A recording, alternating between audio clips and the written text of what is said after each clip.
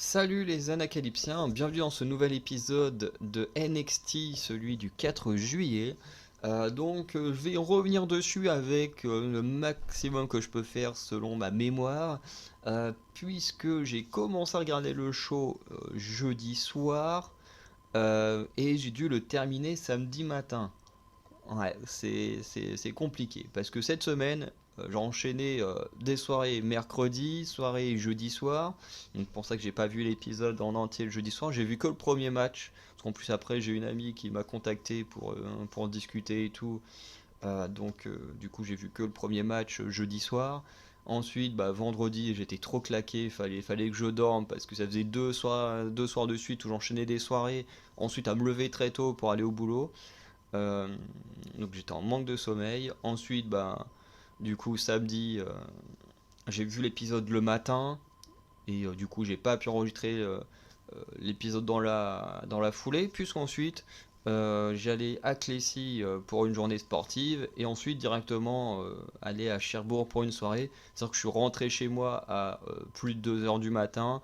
Je me voyais mal tourner la vidéo là ce dimanche à 2 heures du matin. J'ai juste envie de dormir. Là, actuellement, on est le dimanche midi. Euh, donc vous, ça va sortir dans la soirée, enfin fin d'après-midi, début de soirée normalement la vidéo. Donc c'est pour ça, je vais essayer de faire avec le mieux possible de ma mémoire. Dans la globalité, je crois que c'était quand même un bon épisode.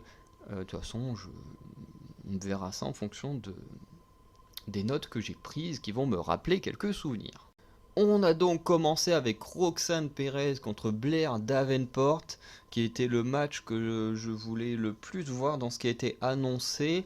De mémoire, c'était un bon match. C'était plutôt un bon match avec des bonnes offenses des deux côtés. Après, j'ai pas énormément de souvenirs hein, parce que ce match-là, je l'ai vu il y a 3-4 jours. Voilà, les souvenirs commencent à remonter un peu. En tout cas, on a eu un finish auquel je ne m'attendais pas, puisque Blair Davenport va placer un coup de genou dans la tête de Roxanne Perez dans les escaliers, et ensuite dans le ring, il va lui placer deux autres coups de genou en pleine face, avant de gagner clean. Et oui, Blair Davenport a explosé Roxanne Perez. Alors là, je m'y attendais pas du tout. Je pensais qu'on aurait une victoire de la face et tout. Mais non, là, Blair Davenport les a juste explosé. On sait que Blair Davenport a blessé d'autres personnes qui reviendront tenter de se venger. Mais en tout cas, j'ai été très étonné de cette victoire de Davenport. Je m'attendais pas du tout à ça. En tout cas, on verra par la suite ce qui se passera pour elle et pour Roxanne Perez également. Mais voilà, très très surpris du finish. Ensuite, on a eu Mustafa Ali contre Tyler Bate. On a eu un match qui était vraiment très bon parce que c'était un match où on se rend coup pour coup. Voilà, tu me mets un coup, je te mets un coup, tu me fais une soumission, je te fais une soumission. Il y a eu pas mal de contres et tout. Le niveau était vraiment très équilibré entre les deux hommes. Et franchement, il y a des moments où je trouvais ça un peu long, genre les moments où ils se font des petites soumissions et tout. Moi, je suis pas un énorme fan des soumissions. Donc, c'est des moments où je trouvais un petit peu long. Parce que je sais pas combien de temps a duré le match, mais il a quand même duré un bon moment. Mais dans la globalité, ça reste quand même pour moi l'un des meilleurs matchs de la soirée, voire peut-être le meilleur match de la soirée. Ensuite, on a Mustafa Ali, du coup, qui va l'emporter clean. Bon, ce qui était logique, hein. Si Mustafa Ali voulait être le challenger pour Wesley, fallait absolument qu'il gagne ce match. Il pouvait pas perdre le match et ensuite dire à Wesley, je te challenge pour ton titre nord-américain alors que je viens de perdre le match contre ton ancien challenger, quoi. Ça aurait été un peu bizarre. Mais du coup, il l'a gagné parce que les deux hommes se battaient dans le coin. Alors, il y avait Mustafa Ali au niveau du coin, Tyler Bates qui était sur les cordes, enfin sur la troisième corde. Et du coup, Mustafa Ali va réussir à le faire tomber. Et du coup, Tyler Bates va se prendre les cordes dans l'autre jambe. Il va tomber à l'intérieur du ring. Mustafa Ali va faire son 450 splash pour la victoire. Et ensuite, en quittant le ring, pas Wesley, mais Mustafa Ali va challenger Wesley pour le titre nord-américain à Great American Bash, qui, si je ne dis pas de bêtises, aura lieu à la fin du mois de juillet. Voilà. Et ensuite, au mois d'août, on aura le fameux SummerSlam que j'attends également avec impatience, mais c'est pas le sujet aujourd'hui. Ensuite, on a Tatum Paxley contre Kelani Jordan, donc ancienne gymnaste de haut niveau de ce que j'ai compris. Alors, je tiens à dire que Kelani Jordan a fait des choses plutôt intéressantes. Franchement, j'ai bien aimé ce qu'elle a fait dans le ring. Tatum Paxley, j'aime bien son nouveau style. J'aime bien son nouveau style. Franchement, je trouve que ça lui va très bien, ce côté un peu heel et tout. Mais voilà. Au final, dans ce match, on a quand même Kelani qui va l'emporter clean. Voilà, en contrant une prise de Tatum et qui s'est terminée en sorte de stunner. C'était vraiment intéressant. De toute façon, Kelly Jordan a fait des choses très cool. Il y a un moment où elle a tourné autour de Tatum Paxley et en même temps elle a passé ses jambes à travers les cordes pour revenir dans le ring. Bref, elle a l'air de pouvoir faire des trucs de fou. Euh, je pense que voilà, elle a de l'avenir. Je crois que c'est Katana Chains, ouais, Katana Chains, ancienne Casey Catanzaro, qui avait aussi un passif de gymnaste, si je dis pas de bêtises, ou enfin, d'un sport dans ce style-là. Attends, je vais vérifier vite fait, mais de mémoire, Casey Catanzaro, c'est. Non, ça, je l'avais juste là. De mémoire, c'est une gymnaste aussi. Et du coup, ouais, c'est ça. Casey Catanzaro, c'est une ancienne gymnaste. Et quand on voit ce que Catanzaro est capable de faire dans un ring, on peut se dire que avec les années, Kelly Jordan pourra nous faire des performances comme Katana Chance, puisque maintenant c'est Katana Chance. Bref. En tout cas, le match était vraiment sympa. Cora Jade va venir la féliciter pour sa première victoire, même si globalement c'est clairement du sarcasme, et va clairement se moquer du fait que Dana Brooke soit la manager de Kelani Jordan. Voilà. Et j'aimerais juste dire que je trouve un peu dommage que Tatum Paxley, qui est censé être associé à Blair Davenport, bah, que les deux n'apparaissent jamais ensemble. Je veux dire, le premier match, Blair Davenport était toute seule dans son coin contre Roxanne Perez, alors que Tatum Paxley est censé être son associé. Et là, on a Tatum Paxley contre Kelly Jordan, et Blair Davenport est pas là, alors qu'encore une fois, ils sont censés être associés. Donc, je trouve ça un peu dommage, voilà, qu'on les construise pas comme une vraie équipe ou quoi que ce soit. Bon, même si Tatum Pasley ferait un peu de tâche à côté de Blair Davenport, hein, c'est plus une sous-fifre. Mais je veux dire, c'est un peu dommage qu'on n'ait pas d'interaction ou de choses entre les deux. C'est un peu bizarre pour des personnes qui sont censées être dans le même camp, dans le même délire, de jamais les voir ensemble. C'est un peu bizarre. Mais en tout cas, du côté de Jordan, on verra ce que ça donnera. Est-ce que Dana Brooke peut donner en tant que manager? Voilà, on verra ça avec le temps. Ensuite, on a eu le NXT Underground avec Damon Kemp contre Eddie Thorpe. Donc en gros, ils ont juste démonté le ring, enfin démonté le ring, démonté les cordes, enlevé le sort de tapis blanc qu'il y a sur le ring pour que tout soit sombre, tout soit noir. Et le match en soi était plutôt sympa, hein. Il y a eu des choses vraiment cool, notamment une souplex où, comme il n'y a pas de corde, Eddie Thorpe a été explosé à l'extérieur du ring. C'était plutôt intéressant. Voilà, ils sont un peu battus à l'extérieur du ring aussi. Bref, on a eu des très très belles choses entre les deux hommes. Bon, encore une fois, ayant vu la vidéo, je me demande si c'est pas. Comment il s'appelle Oh, j'ai oublié son nom. Il y a un des youtubeurs français qui avait fait une vidéo sur Raw Underground. Et c'est vrai que le problème, c'est que quand t'es dans un truc qui est censé être sans règles, ou c'est censé juste être de la baston, où tu gagnes que par soumission ou par KO, c'est vrai que c'est un peu bizarre de voir des gens faire du catch dans un truc où il n'y a pas de règles. Je veux dire, s'il n'y a pas de règles, pourquoi tu continues à juste faire du catch comme dans un match normal? Bon, dans leur histoire, Damon Cap et Eddie Thorpe, le principe c'est que Damon Cap puisse gagner sans avoir cette excuse de oui, mais j'avais les pieds dans les cordes ou quoi que ce soit. Voilà, comme là il n'y a pas de corde, il n'y a plus d'excuses. C'est soit tu gagnes, soit tu perds. Voilà, tu peux plus te plaindre. Bref.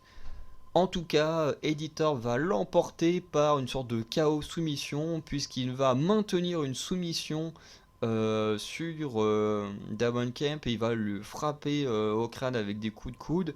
Et bon, Kemp ne va pas abandonner techniquement, mais comme il ne répond plus, bah, l'arbitre va annoncer la fin du match. Et du coup, bah, Editor peut l'emporter comme ça. Après match, on a plusieurs mecs costauds et même de plus en plus costauds et de plus en plus grands qui vont attaquer Gable Stevenson, qui était un peu le manager d'Editor dans ce match, qui va enchaîner des belles souplexes et belly to belly. Bref, c'était sympa. Est-ce que ça annonce qu'enfin Gable Stevenson va monter sur le ring ou se battre? On verra, mais en tout cas, j'ai trouvé que le match était sympa. Mais effectivement, c'est un peu con pour un truc qui n'est pas censé avoir de règles que les gens fassent juste du catch. C'est un peu bizarre, mais c'était quand même sympa. Ensuite, suite à une altercation dans les vestiaires la semaine dernière, on a Jessie Jane contre Lyra Valkyria, un match qui était plutôt sympa, pareil, assez équilibré entre les deux femmes, donc c'était plutôt cool. Lyra Valkyria va l'emporter clean avec son coup de pied retourné, mais ça n'est pas fini puisque dans l'après-match, Jessie Jane va exploser Lyra Valkyria, va prendre ses ailes, va déchirer ses ailes, lui jeter à la figure. Bref, la rivalité entre ces deux femmes est loin d'être terminée, ou peut-être qu'elle se terminera à Great American Bash, et que du coup ça se terminera à la fin du mois. Mais en tout cas, ça va continuer un petit peu entre ces deux-là, ce qui est pas plus mal parce que en termes de in-ring, les deux font du très bon travail, donc c'est pas dérangeant que ça continue un peu plus longtemps. Ensuite, on a le dernier match de la soirée, donc entre Creed Brothers et la Dyad. Et du coup, le perdant doit quitter NXT. Donc, dès le début du match, déjà, Joe Gacy va être renvoyé du ring après y avoir voulu intervenir ou je ne sais plus quoi. Du coup, il va se faire renvoyer backstage. Et le match, en vrai, il était très bon. En même temps, on a deux très bonnes équipes. Mais pendant tout l'épisode, enfin pendant tout le match plutôt, je me suis dit, c'est trop évident que Dayad perde. Parce que on sait... Pardon, désolé, j'ai le hockey en même temps, c'est pas pratique pour parler. Mais on sait que The Dyad est censé avoir leur fin de contrat prochainement. Et comme ils veulent être libérés, on se doute bien qu'une fois leur contrat terminé, à moins que la WWE leur fasse une très grosse et très bonne proposition, bah, qu'ils partiront. Donc dans nos têtes à tous, ayant cette information, on se dit tous, bon bah Dyad ils vont perdre, ils vont partir, voilà. Mais j'ai repensé à un truc, à la stipulation. La stipulation, elle dit bien, le perdant quitte NXT, pas la WWE. C'est tu quittes NXT. Et du coup, en y repensant, je me suis dit, en fait, ce match, il est plus compliqué que prévu à pronostiquer. Parce qu'effectivement, si The Dyad perdent et que leur contrat se termine vraiment bientôt, et ben du coup, ils peuvent partir ailleurs. Mais si les Creed Brothers, ils perdent, et ben en fait, ils quittent juste NXT. Ils quittent pas la WWE. Donc les Creed Brothers pourraient monter à Raw ou à SmackDown. Et pour moi, c'est ce qui va se passer. Parce qu'effectivement, le match, grâce à une intervention d'Ava Rain qui va détourner l'attention de l'arbitre, on a Joe Gacy qui va intervenir masqué du public, qui va mettre un coup de boule à Julius et ensuite repartir dans le public, en sachant que plus tôt dans le match, Julius va prendre très très cher au niveau des genoux, hein. Ils vont clairement lui exploser avec des coups d'avant-bras derrière le genou. Ils vont lui exploser les genoux en l'envoyant dans les escaliers. Bref, ils vont vraiment bien s'en prendre à lui. Ils vont se débarrasser de Brutus à l'extérieur du ring. Et ensuite, bah, le Dyad va faire son double Codebreaker pour la victoire. Et du coup, bah, Creed Brothers doit quitter NXT. Alors j'espère quand même que les Creed Brothers pourront revenir la semaine prochaine pour faire leurs adieux à NXT, leur dire au revoir. Parce que vraiment, c'était bizarre. Les mecs, ils ont perdu.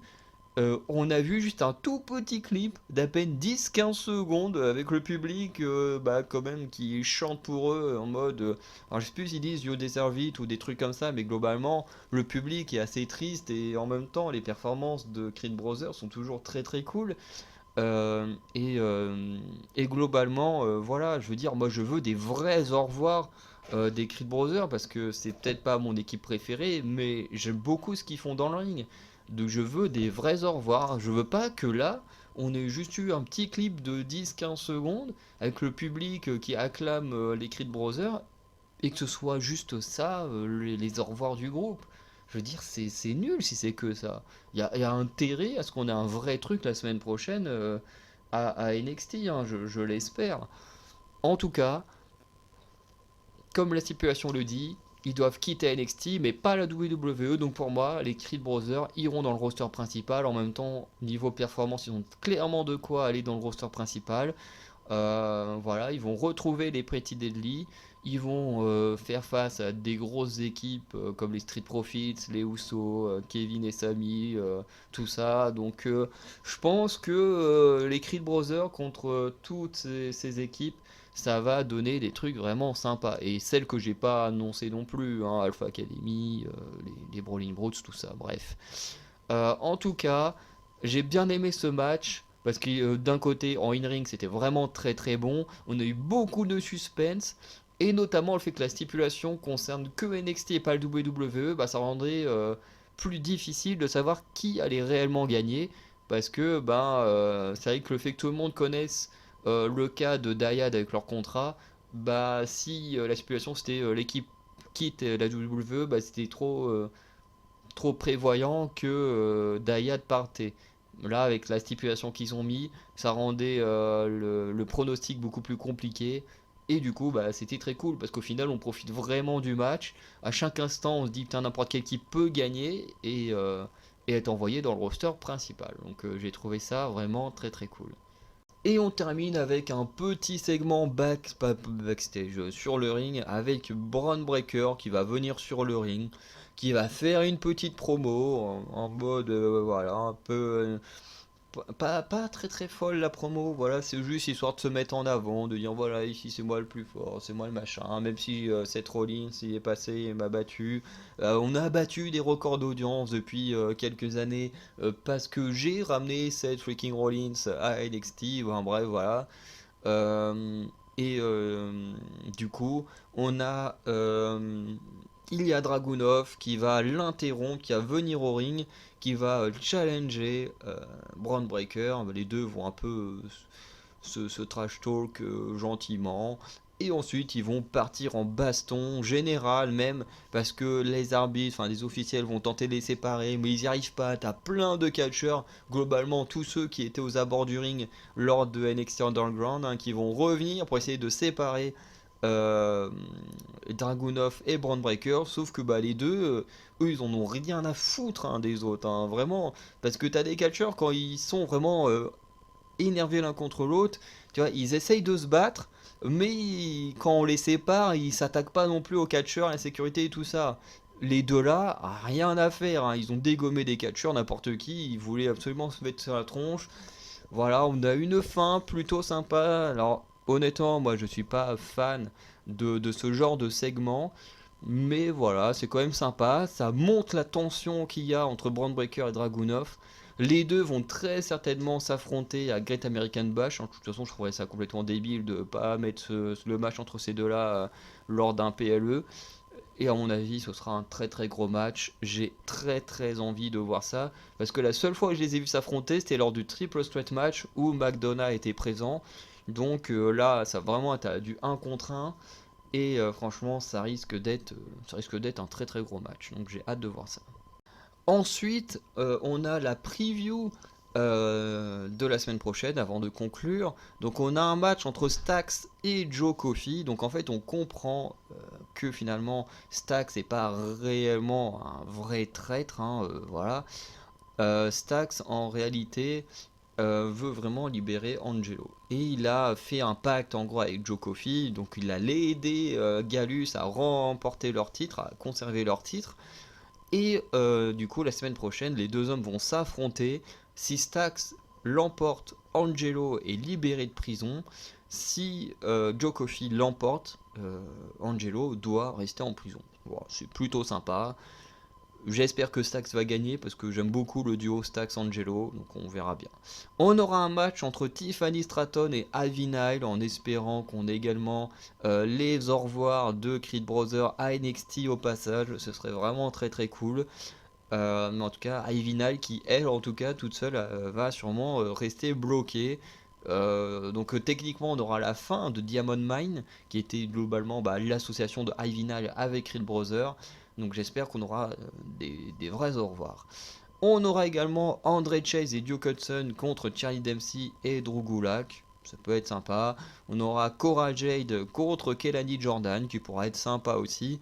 Et on aura très certainement le Judgment Day qui sera présent parce que dans le 3D preview ils n'ont pas été annoncés, mais backstage durant l'épisode on a Carmelo Hayes qui va dire oui, Damian Priest il a la Money in the Bank, personne n'est à l'abri, même moi avec mon titre d'NXT je ne suis pas à l'abri de recevoir le cash-in, donc ça c'est très intéressant d'inclure NXT comme étant des personnes qui peuvent potentiellement recevoir le caching, parce que oui, aujourd'hui on se dit Damien Priest, est-ce qu'il va caching sur Seth Rollins, sur Roman Reigns, sur Gunther ou Austin Theory, mais effectivement il y a également Wesley et Carmelo Hayes qui peuvent être en danger. Il y a également les titres par équipe qui peuvent être en danger. Damien Priest peut très bien être le tout premier de l'histoire à cashing pour devenir champion par équipe avec Dominique ou avec Finn Balor. Donc voilà, à voir ce que l'histoire nous racontera. Mais du coup, Carmelo Hayes a plus ou moins chauffé le Judgment Day.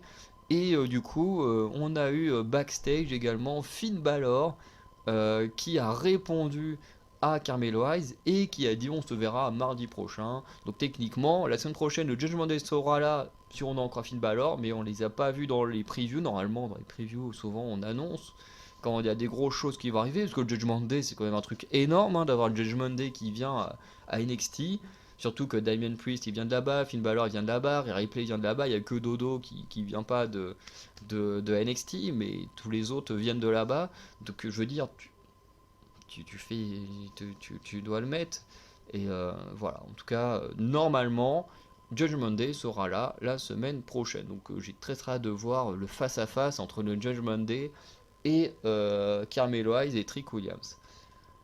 Sinon, voilà, le show était vraiment sympa. On a eu des très bons matchs, on a eu des trucs peut-être un petit peu moins intéressants ou dont j'ai peu de souvenirs, mais à part ça, on a eu un très bon épisode. Donc n'hésitez pas en commentaire à me dire ce que vous avez pensé de cet épisode de NXT. N'hésitez pas à aller checker l'onglet communauté. Et je ferai en sorte quand même la semaine prochaine que les vidéos sortent un peu plus tôt dans la semaine. De toute façon, normalement, je ne serai pas autant chargé que je l'ai été cette semaine.